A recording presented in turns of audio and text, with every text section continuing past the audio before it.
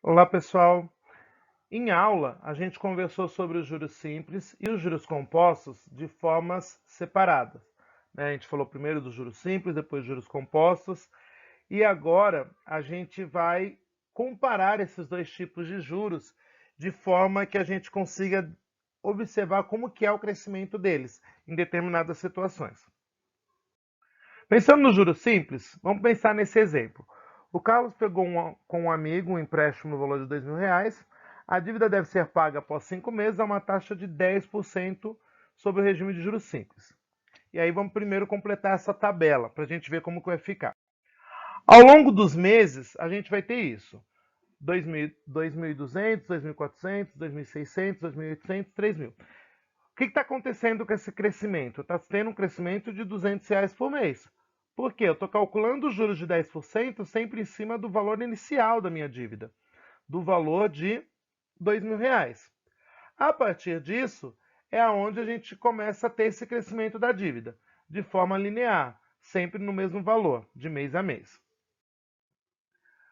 Quando a gente pensa nessa questão desse crescimento dos juros, ele forma uma sequência que a gente já conheceu, que a gente já viu, que observando, né, crescendo de 200 em 200, a gente pode utilizar como forma de crescimento para essa sequência a progressão aritmética, que a gente viu no segundo ano. É um tipo de crescimento aonde ele está crescendo sempre a partir da soma de R$ 200, porque é um crescimento linear. Pensando nisso, aí vamos pensar se a gente quisesse saber desse crescimento ao longo de N tempos, de N meses. A gente poderia chamar essa genérica, vamos pensar assim, de AN, onde eu tenho 2.000 mais 2.000N, sendo que o N é a quantidade de meses onde eu tenho esse crescimento, né, da minha função. E aí, pensando no gráfico desse crescimento, a gente tem uma reta, onde eu estou crescendo todo mês R$ 200. Então ele tem um crescimento de forma linear. O que nos leva à nossa última pergunta, aonde eu falo, qual é a principal característica desse gráfico em relação ao seu crescimento? Qual é essa característica? Essa característica se dá a partir desse crescimento linear. Ele está crescendo linearmente, em forma de uma reta. Né? Então, por que ele cresce dessa forma? Porque eu estou somando a cada mês sempre o mesmo valor, um valor constante de R$ 200, certo? Pensando nos juros compostos, com a mesma situação. Eu tenho o professor Marcos pegou emprestado do Daniel no valor nos juros compostos R$ 2.000. Então ele teve o valor de R$ 2.000 emprestado pelo prazo de 5 meses a uma taxa de 10% ao mês. E aí a gente pensando em como acontece o crescimento dessa dívida, né, como que ele está crescendo mês a mês, a gente pode montar essa tabela. Observem os juros do mês. Eu estou crescendo o mês 200, o outro 2.200, 2.042, desculpa, gente, R$ 200 de juros, 220, 242, 266,20, 292,82. Essa é a forma de crescimento. Se a gente observar com o que aconteceu lá anteriormente, o crescimento era sempre R$ 200, todos os meses, independente da quantidade de meses. Né? Feito isso, se a gente quiser pensar nisso a longo prazo, como que ficaria a característica desse crescimento ao longo do tempo? Observem que a gente está multiplicando todo mês para achar esse valor de juros por 1,1. Esse 1 inteiro representa o 100%, né, do que a gente já tem, no caso, os 2.000 inicial, e o 1,1, o 0,1, o valor de 10% da taxa, que aí somado os dois é esse 1,1. Todo mês eu estou multiplicando por 1,1. Então chega um momento onde ele está aumentando, tá vendo? 1,1, 2.000 vezes 1,1. 2.000 vezes 1,1 vezes 1,1. E assim por diante. Isso mês a mês. Se a gente pensar nessa multiplicação de fatores iguais, O 1.1 vezes ele mesmo vai me formando potências. Então, a potência de 2, de 3, de 4 ao longo dos meses. E aí, pensando em forma genérica, essa sequência ela está crescendo a partir de uma multiplicação e não de uma soma. Se a PA eu fazia a partir da multiplicação da soma, qual é a que vai me gerar a partir de uma multiplicação? A PG. E a razão que gera isso é esse 1.1. Eu estou multiplicando mês a mês por 1.1. Pensando nisso a longo prazo, né? Se eu quisesse descobrir em N meses, a gente vai ter uma fórmula como 2000 vezes 1.1 N.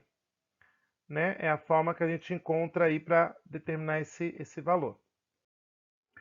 E se eu for esboçar esse gráfico, esse plano cartesiano, observem que agora eu tenho uma curva.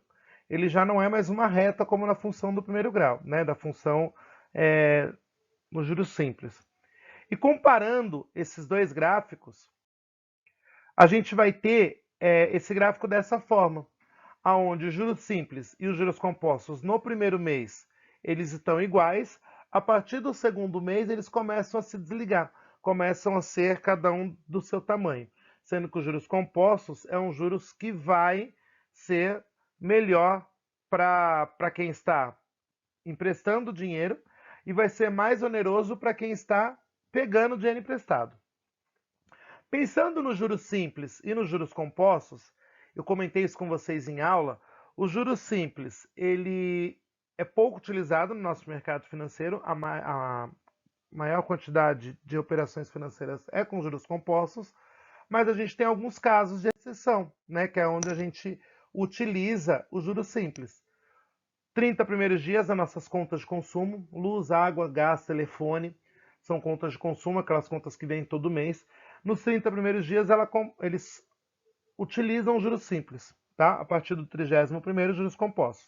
Vou mostrar um gráfico onde a gente vê essa comparação.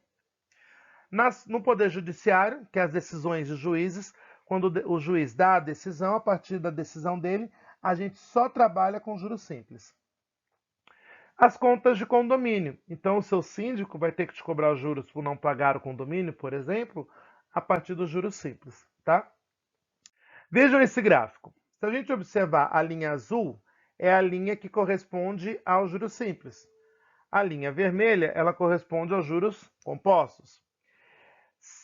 Nos 30 primeiros dias, que é esse referente a 1 no eixo do X, vocês podem observar que os juros compostos faz uma barriga, onde o juro simples está maior que ele.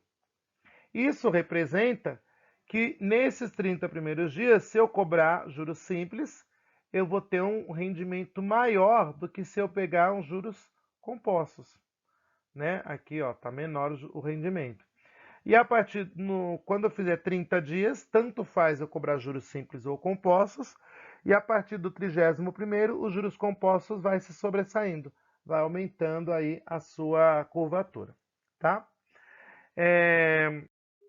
Eu trouxe para vocês uma tabela de juros que foi aplicada em 2017, tá? Essas taxas foram as médias das taxas ao longo dos meses, tá? A Selic, a gente teve uma taxa de 1,09, a taxa Selic é a taxa básica de juros do país, o Banco Central que determina essa taxa, e a partir dela a gente vai moldando as outras taxas, tá? Ao longo do ano, a taxa média foi de 13,95%. Juros do comércio, ela foi de 5,82%. O que é os juros do comércio? É quando eu vou em algum estabelecimento comercial, pego algo, compro algo e ele vai me cobrar uma taxa de juros. Então ele cobra 5,82%. No ano, 97,19%. Cartão de crédito, de 15,14%.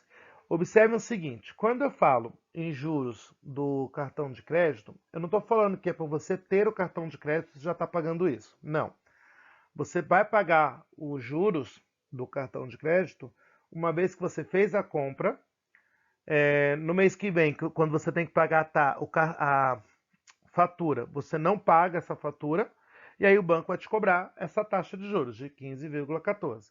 Ao longo do ano, esse juros se torna 443%. O cheque especial, que é um limite que o banco deixa na sua conta para casos de emergência, é de 11,9%. E ao longo do ano, essa taxa do cheque especial se torna 275,34%.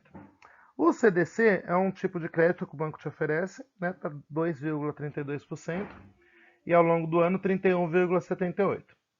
Empréstimo pessoal, quando você vai ao banco para pedir um empréstimo, né, o banco onde você tem conta, ele vai te cobrar em taxa em torno de 4,60%, 71,73% ao ano. Se a gente pensar nisso, né, há algumas situações onde o banco vai te cobrar menos taxa.